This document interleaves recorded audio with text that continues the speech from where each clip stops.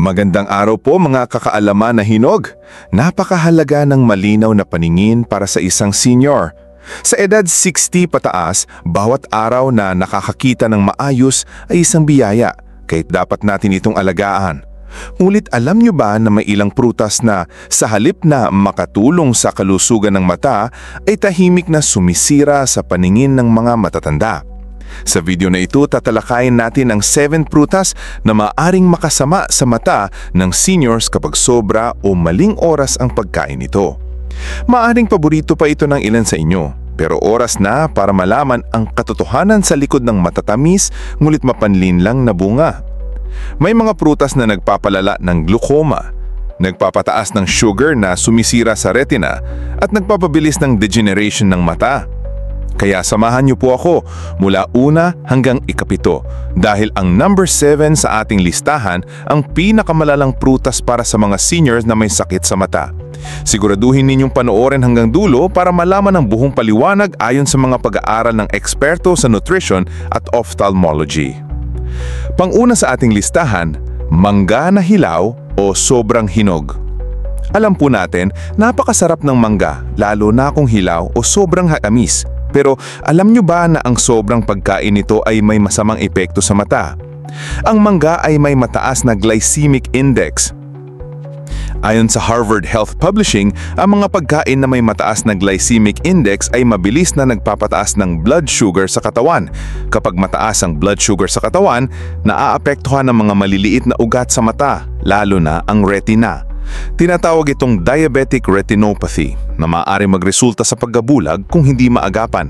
Kaya kung kayo po ay senior na may diabetes o pre-diabetic, iwasan po ang pagkain ng sobrang mangga, lalo na kung ito ay hilaw na may asin o bagoong. Tandaan, mas mahalaga ang paningin kaysa sa panandaliang sarap. Pangalawa sa ating listahan, pineapple o pinya. Oo, punong-puno ng vitamin C ang pinya. Pero kung hindi ito kontrolado, ito rin ay may acid content na maaaring makairita sa lining ng mata at magpalala ng uveitis o panlabo ng paningin. Ayon sa isang journal na inilathala ng American Academy of Ophthalmology, ang sobrang asukal na pagkain ay nakakaapekto sa eye tissues ng mga matatanda, lalo na kung may kasamang ocular migraines o photophobia. Kung laging nalalabo ang mata pagkagising o may biglaang tila flashes of light, baka may koneksyon ito sa sobrang asim na kinakain mo sa agahan. Kaya't kung kakain ng pinya, limitahan lang ito sa maliit na hiwa at huwag araw-arawin. Pangatlo sa ating listahan, ubas o grapes.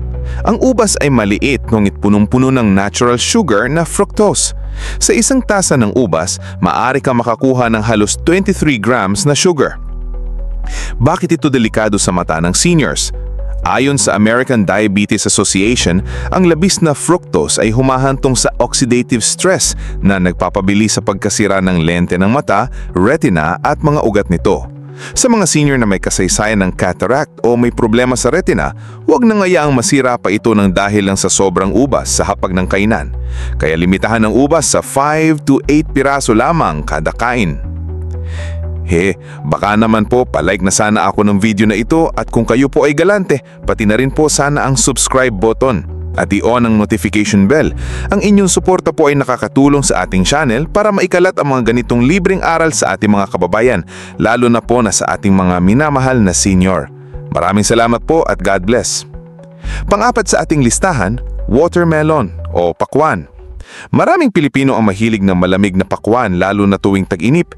Pero ang hindi alam ng karamihan, ang pakwan ay may sobrang taas din ng natural sugar, lalo na kung hinog na hinog. Hindi ito masama sa kabuuan, pero para sa senior na may problema sa retina o macular degeneration, ang sobrang asukal mula sa pakwan ay nagpapabilis sa oxidative damage sa mata. Ayon sa Journal of Ophthalmic Research, ang sobrang sugar intake ay nauugnay sa mas mabilis na pagkasira ng photoreceptor cells sa mata. Kaya't kung hindi mo na makitang makilinaw ang nakasulat sa kalendaryo kahit may salamin ka, baka sobrang asukal ang dahilan. Panglima sa ating listahan, saging o banana. Huwag maggulat. Oo, masustansya ang saging, pero may ilang kaso na hindi ito nakakabuti sa may sakit sa mata. Ang saging ay may natural sugar, pero ang problema ay kapag ito ay pinares sa iba pang matatamis gaya ng condensed milk, cereal o yogurt sa almusal. Nagiging sugar bomb ito na sumisira sa blood vessels ng mata. Sa mga senior na may diabetic retinopathy, ang sobra-sobrang saging araw-araw ay nakakaambag sa paglala ng kondisyon. Tandaan, 1 o kalahating piraso lang kayo basis bawat araw ang sapat. Iwasan ang sabayang pagkain ng saging at iba pang pruta sa isang upuan. Pang-anim sa ating listahan, durian. Bihira sa masa pero paborito ng ilang senior na taga-probinsya ang durian. Pero alam nyo ba na ang durian ay mataas sa glucose at sulfur compounds na nagpapalala ng high blood pressure? Ang mataas na presyon ay isa sa pangunahing sanhi ng pagkasira ng blood vessels sa mata. Kaya ang durian, lalo na kung pinagsabay sa soft drinks o alak, ay nakalilison para sa mata.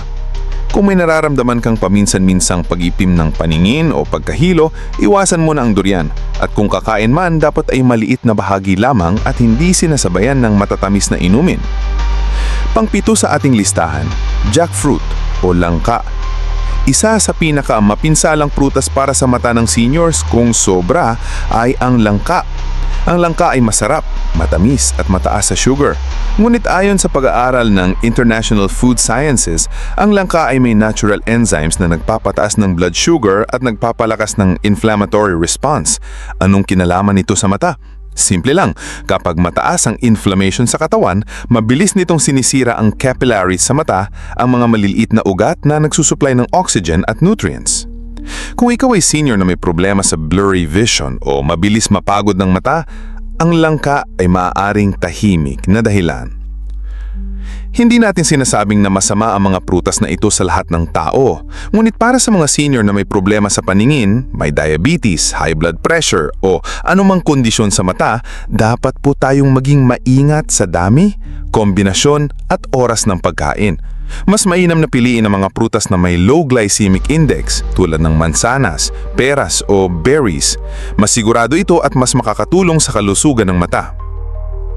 Kakaalaman na hinog, kung nais niyong mapanatili ang inyong malinaw na paningin kahit sa edad 70, 80 o 90, maging maingat sa bawat subo. Huwag nating hayaan na ang pagkain na akala natin ay healthy ay siyang unti-unting sumisira sa ating paningin. Magtanong sa inyong doktor. Basahin ang label ng prutas at imitahan ang mga matataas sa asukal at asib. Ibahagi niyo po ang video na ito sa inyong lolo, lola, magulang o kapitbahay dahil ang kaalaman ay proteksyon. At ang proteksyon sa paningin ay isa sa pinakamagandang regalo na maibibigay natin sa ating sarili. At ito po ang kaalaman na hinog na lagi nagpapaalala.